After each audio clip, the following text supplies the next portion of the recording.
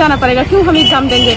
यही कहते हैं कि बेटी पढ़ाओ बेटी बढ़ाओ, यही बेटी बढ़ रही है, यही बेटी पढ़ रही है। हम भी कोई भी एग्जाम से डरते नहीं है और ना ही कभी डरेंगे, लेकिन हम डरते हैं इनके गलत मंसूबों से, डरते हैं इनके गलत नीतियों से, क्योंकि फिर ये 4 साल के बाद कहेंगे कि फिर से कोई एग्जाम दो, तो हम पूरे जिंदगी भर एग्जाम देते रहेंगे। ये गलत, ये तो यही कराएंगे ना। हमारे साथी जो उनके खिलाफ हम लोग बोलेंगे तो हमारे साथी को गिरफ्तार कराएंगे, वही तो कर रहे हैं ना।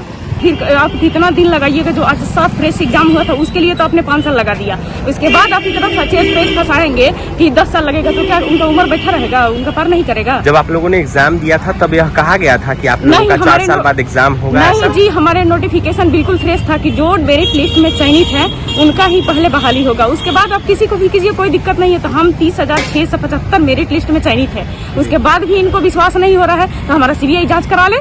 लगातार आंदोलन कर रही है, नई नियमावली आ गई है, कितना इससे खुश है और नाखुश है? हम इससे बहुत दुखी हैं, क्योंकि 4 साल हो गया हमको एग्जाम दिए हुए, 4 साल में हम 4 बार एग्जाम दिए हुए हैं, तब हम मेरिट लिस्ट में चयनित हुए हैं। जब हमारा नियुक्ति पत्र लेने की बारी आई तो नया फरमान निकाल दिए, काला फरमान निकाल दिए कि हमको ये BPSC के एग्जाम के थ्रू जाना पड़ेगा। क्यों जाना पड़ेगा, क्यों हम एग्जाम देंगे।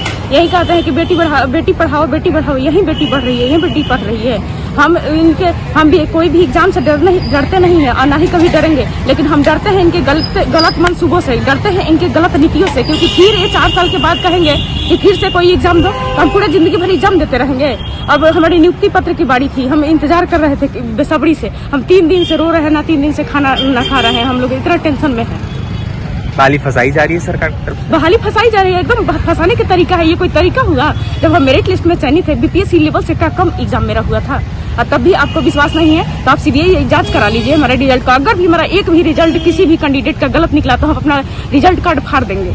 आपके साथियों को गिरफ्तार कर लिया गया है? हाँ, तो ये गलत, ये तो यही कराएंगे ना। हमारे साथी जो उनके खिलाफ हम लोग बोलेंगे तो हमारे साथी को गिरफ्तार कराएंगे, वही तो कर रहे हैं ना।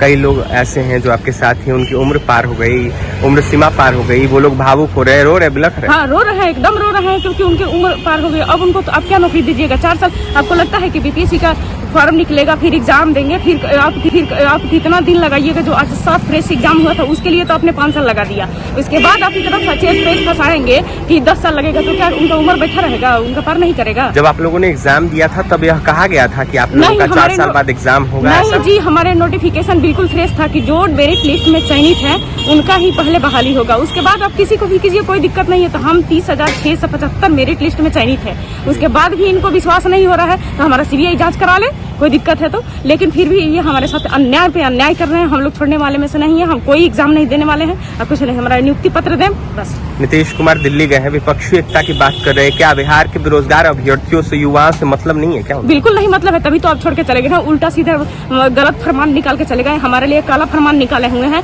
उस नियमावली किसी तरह वो अपना वापस लें। जी, क्या कहिएगा सरकार से?